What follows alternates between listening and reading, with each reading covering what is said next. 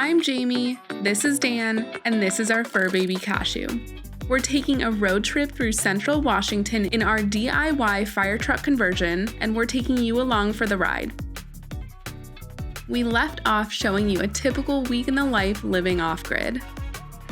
Jamie's being chased by bees. Holy crap, it is beautiful. Just look at this. We've been camping in the mountains for a week now, enjoying all the great outdoors has to offer. But is our road trip about to be cut short? There is a fire about 10 miles away from our home. Evacuation's possible. Prepare. We've been going back and forth on should we go home? Like, subscribe, and do all those YouTube things, and come along as we navigate bus life during a wildfire. Good morning. It is a chilly morning. Cashew is intently watching the animals and the wildlife. He's already chased a squirrel into the rocks. Save is my friend. Jamie's making some breakfast.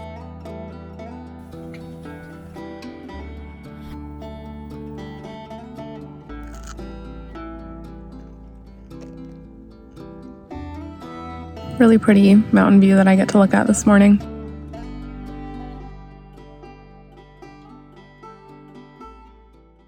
We are gonna head out. What's up, y'all? And we're gonna go do some fun stuff and things. This is the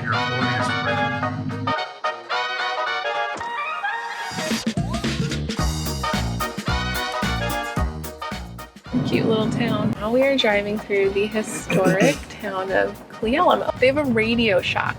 Yeah, it seems like an original, still in use, still open right now to this day. This bakery has been in business for over 100 years. So beautiful out here. It's really beautiful.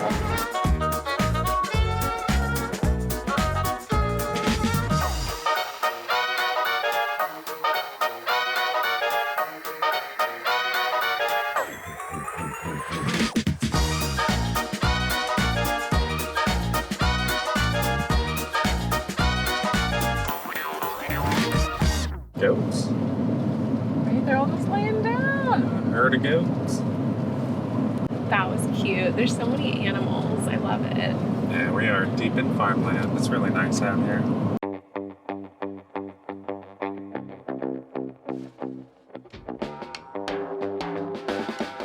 We're in the town of Thorpe. We made it.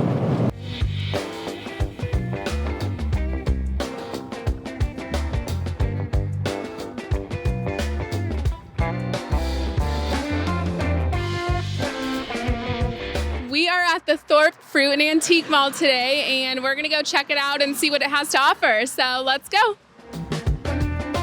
The Thorpe Fruit and Antique Mall is a historic landmark that dates back to 1968 when it started as a roadside fruit stand. So many local items here. You look radishing. Those are cute. It is located in Thorpe, Washington, a small town that was once a thriving center of wheat production and milling.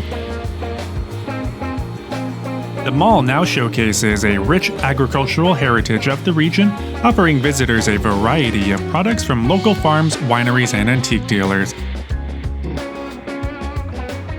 Ooh, what kind of teas do they got here? This blueberry lavender tea is sounding nice. It looks yummy. Getting myself some presents. The store is so cute. There's so many cool local things here.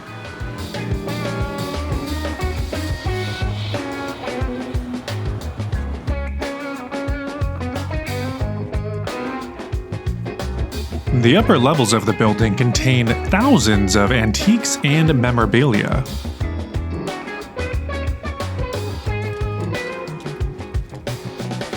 Oh, home is where we park it sign.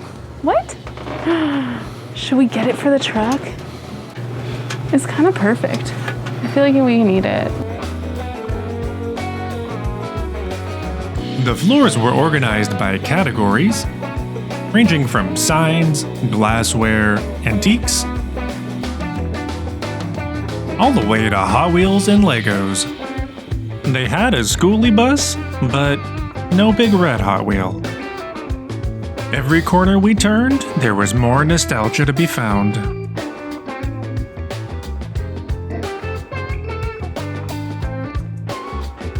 Would you bring this guy into your home? Oh, some red trucks. Whoa, the red truck collection. How do I look, y'all? Styling.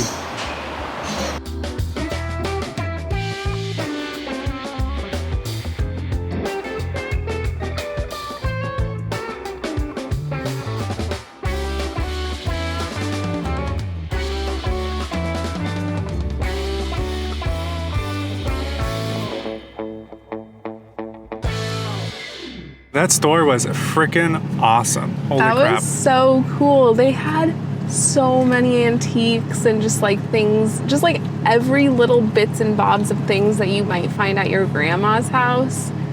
That's what they had there. What a fun store. We got a couple of things. We bought this blueberry lavender iced tea. We got a couple of stickers because you know us. We love stickers. This is the state of Washington. And we've got lots of Oregon stickers. I don't know if we have many Washington stickers. And then we did get a Thorpe sticker. We like to remember our time in different places with stickers. We know we just couldn't resist some artwork for the bus. I don't know if you can see this whole sign. It says, "Home is where you park it." How cute. It's so perfect. Yeah, it was just a really fun experience, and I definitely recommend you go. Yeah, if you're driving along the I-90, definitely make a stop here. The store was absolutely packed with local brands. Really great way to support local farmers, local businesses. Also had a great selection of food and an amazing antique store upstairs. I don't think Yeah. I've ever seen such a giant variety of selection and pretty affordable prices too. This isn't our last stop, actually. We have one more stop along this little day of fun we have planned. And first, gotta get some gas. Gotta get some gas. We'll hit the road. See you guys at the next place.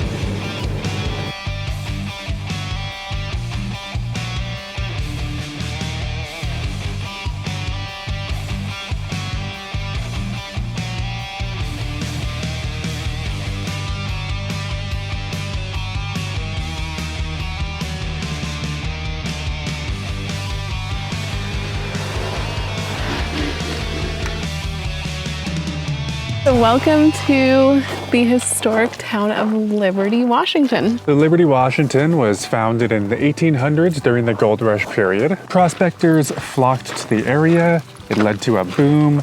And then you see the resulting town that formed around it to support the mining industry. However, as the gold mining subsided, the population left with it as well. Over the years, the community has transformed into a nice, quaint rural town in Washington. However, as you walk through Liberty, you can see reminders everywhere of the once bustling gold mining town.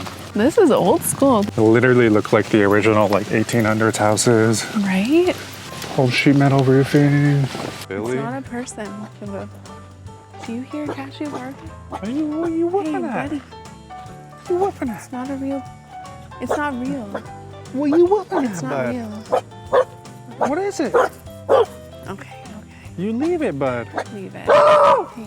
That's a scary guy right there. He did not like that one. Wow. That was not interesting to him, What a cool house.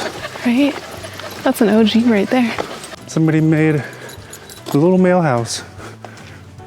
The little mail door. Wow, that's cute. No my mail God, barn. that's so cool. It says it's a ghost town. One time it had a school, post office, hotels, general store, meat market, saloons, dance hall, assay office, barber shop, taxidermy, gas station, logging companies, mining companies, railroads, sawmill, doctor, and a population of 200. It's almost the 200 size of people. our town. The oldest mining town site in the state. Yeah, a guy would stand up there, control everything with the big wheels, lift the different components up, you could tilt it, angle it. Being a road grader worker back then would have been a hard job. All of these adjustments are entirely manual. You're literally screwing up the blade, you're screwing it back, you're tilting it left or right, all by hand with these giant wheels for extra leverage.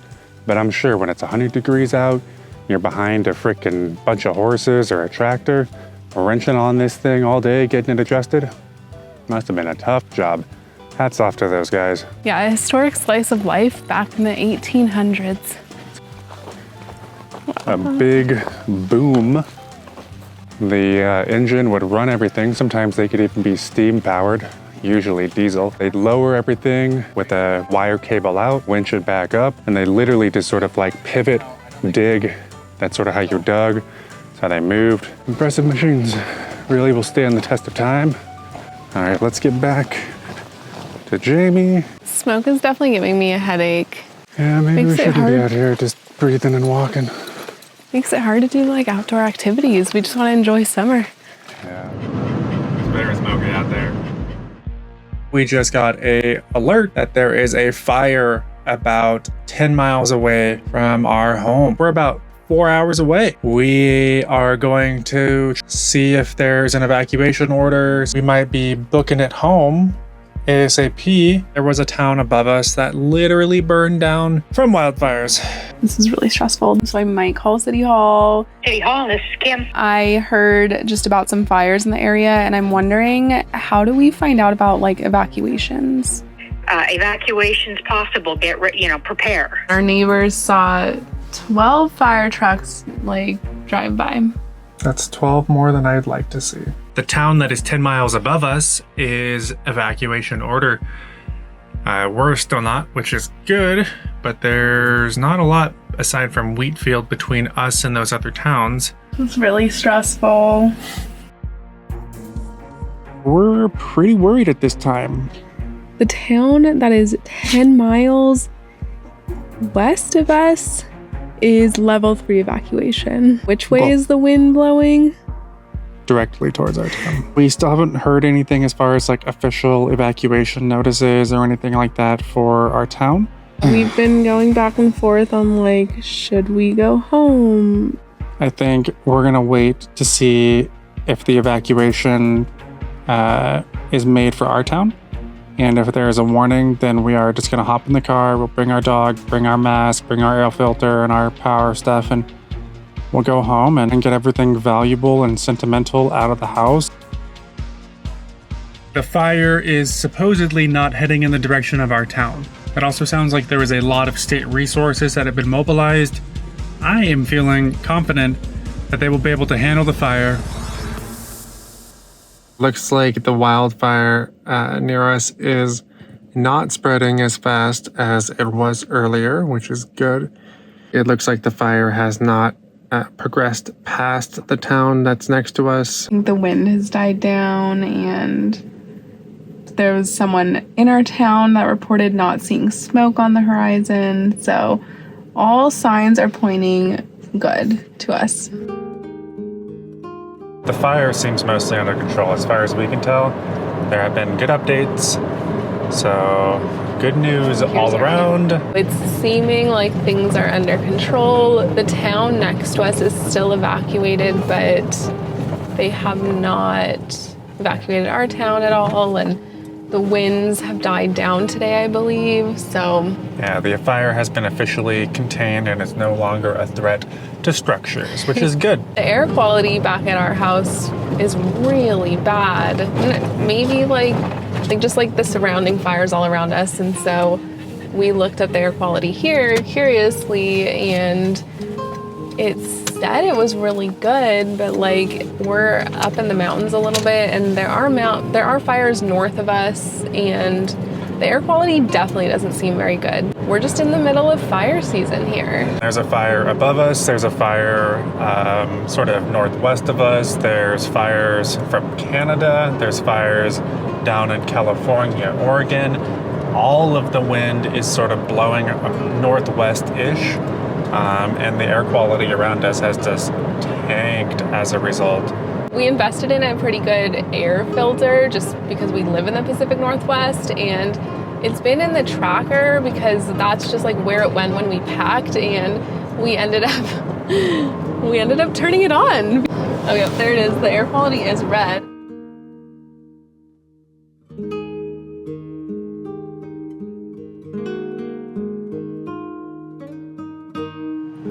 The smoke is getting to my head. Literally, I have a headache from the smoke. Welcome to Washington.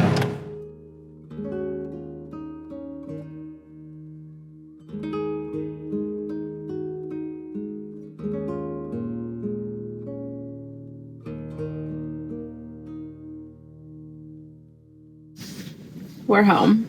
We made it. We are officially back and surrounded by wildfire smoke.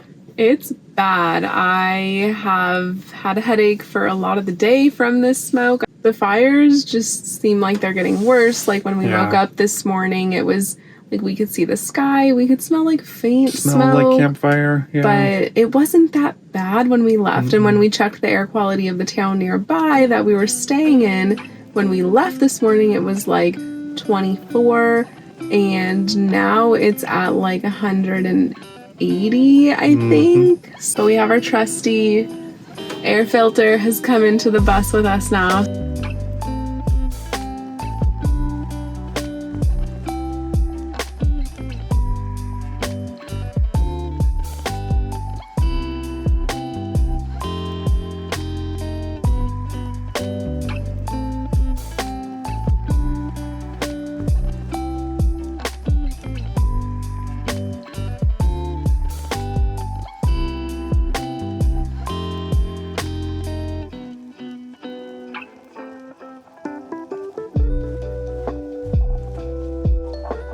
So smoky.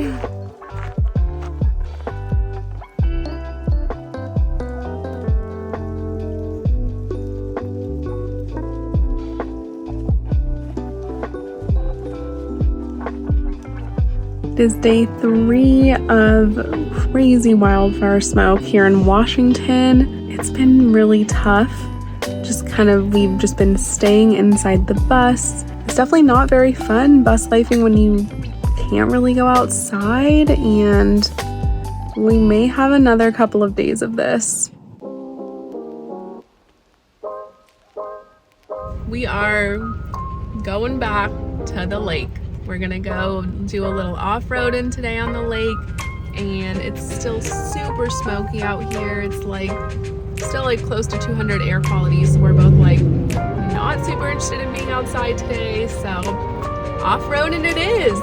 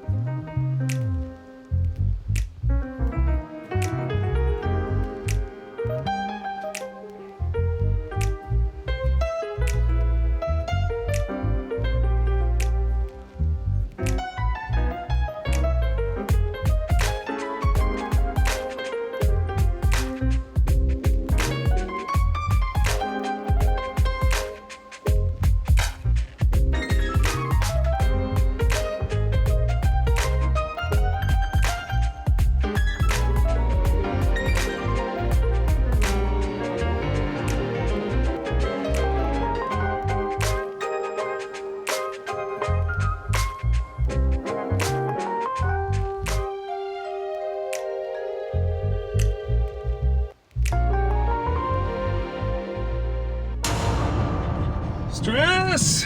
So our tracker is not idling very nicely, or at all, another word. So we are turning the fuck back around and We're going home. We're going home. going home. We're going home. Well, we still can just drive there. Hopefully it's like a low battery or something. I don't know. The tracker started idling weird, and then it just wanted to die. So who knows? We're just gonna go home. We're just gonna go home. Get back to our second vehicle where we at least can tow ourselves the fuck out. We could just tow ourselves. Or we could just drive, put on the pedal to wherever we need to go. Maybe it's just something got unplugged or too hot or battery too low. Don't know. Let's go back to the truck. We're rolling in. We're doing it. We're literally rolling in neutral down this hill. Second time this died. Oh my god. This is not great. So that was not the end that we were expecting. The tracker started idling a little bit weird. It went up to like 1200, down to 800, up to 1200, down to 800. and then it wouldn't idle at all. It just died on us. We were a decent ways down the trail. We turned around immediately and had to pretty much gun it back up the trail. Pretty fast, Just like- pretty bumpy. Just held our breath like the whole time, being like, let's just fucking go. Booked it back home. Made it barely. Literally, as I was turning into the lot, the car died and the power steering went out. We are near the truck. That's the good thing. It's probably like an EGR valve issue, so I'm going to pull that, clean it, and hopefully we can fix it ourselves.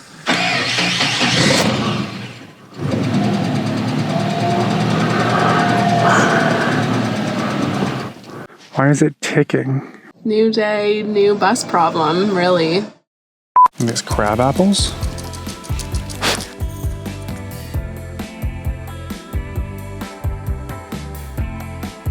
Oh, crap. Bees. Bee? Where is it? Somewhere. It's up there. I want this. Ooh. Oh my god. Jesus, babe. Jesus, who am I? I just ruined displays.